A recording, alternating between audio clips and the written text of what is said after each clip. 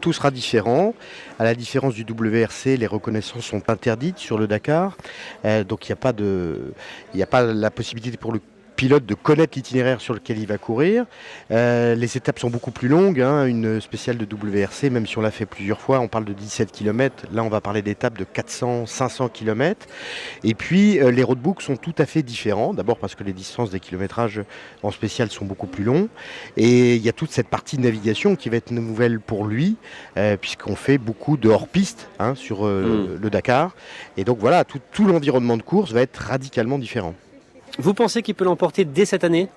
Je pense qu'il peut faire des très belles choses sur les premières spéciales de la première semaine, où on va être sur des pistes qui ressemblent beaucoup à celles qu'il peut connaître en WRC.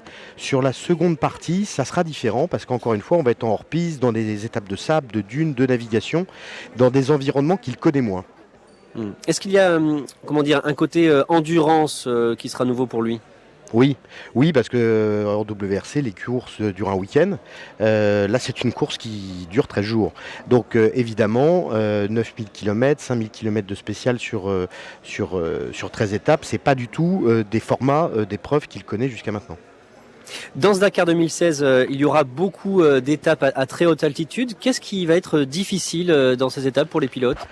Quand vous êtes très engagé physiquement comme dans la course moto, où il y a un engagement physique du concurrent qui est réel, qui est très important, à plus de 3000, 3005, voire 4005 sur certaines spéciales, vous allez manquer d'air, évidemment. Plus on monte, moins on a d'oxygène. Et donc vous pouvez être gêné avec des petits maux de tête, des difficultés respiratoires. Donc voilà, il y a une accoutumance qui va se faire au bout de 24 heures, mais les premières heures peuvent être difficiles. Et puis changer une roue à plus de 3500 mètres d'altitude pour un équipage pro comme c'est celui de Sébastien par exemple, il ne faudra pas trop faire les choses rapidement, sinon on va remonter très essoufflé dans sa voiture. Étienne Lavigne, dernière question, est-ce que les attentats qui ont meurtri la France en 2015 ont changé la donne pour vous en matière de sécurité ?